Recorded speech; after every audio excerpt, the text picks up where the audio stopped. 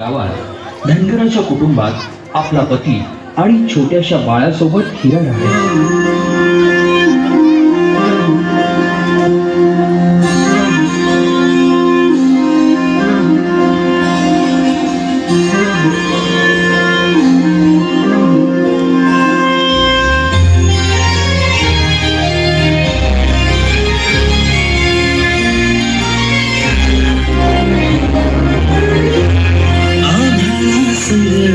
मातीचं नांदन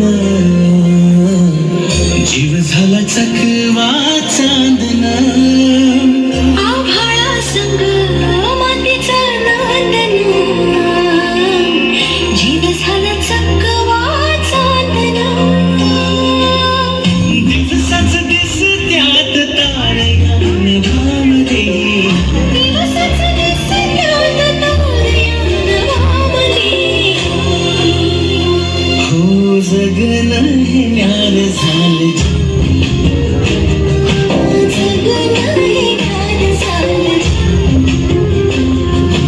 जगन हे न्यार झालं जगन न्यार झालं. नेहमीप्रमाणे एके दिवशी हिरानं गोठ्यातून जनावरांचं दूध काढलं आणि आपल्या तान्ह्या बाळाला खेळवून पुन्हा त्याला घरी सोडून ती रायगडावर निघाली. तो दिवस होता कोजागिरी पौर्णिमेचा.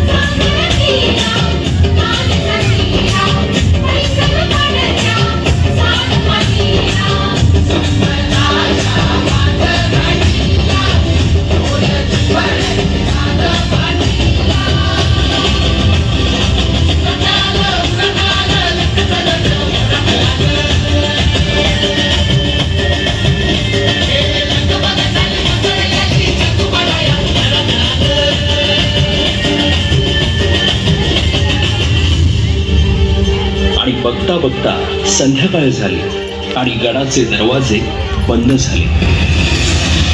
माझं द्वार एकल्या हाताने या पदरपसरती तुमच्या पुढे मला जाऊ दे.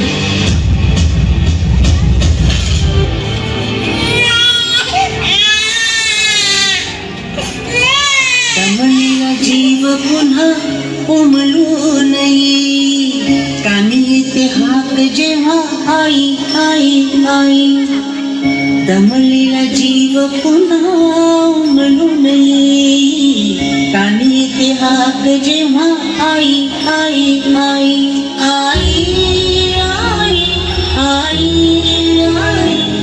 आई आई आई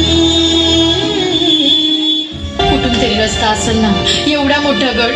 त्याचा जो पश्चिमेचा कडा आहे तिथं न तटबंदी न बुरुज कडा असा भरगतो का तिथून फकस्त वारावर येतो आणि पाणी खाली लागतं.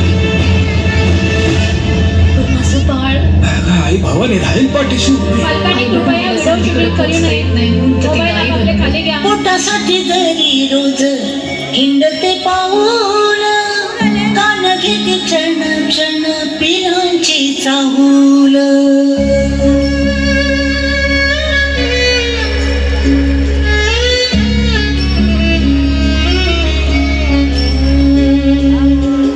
पोटासाठी जरी रोज हिंडते पाऊल कान घेते क्षण क्षण पिरांची चाहूल झोपेमध्ये सुद्धा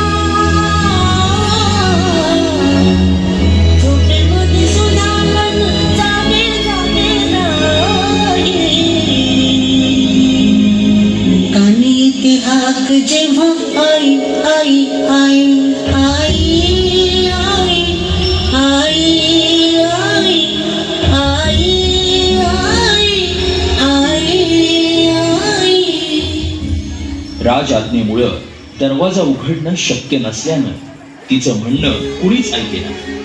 आता हिराच्या डोळ्यासमोर येत होतं ते म्हणजे तिचं घरी एकटं असलेलं तान्हं बाळ.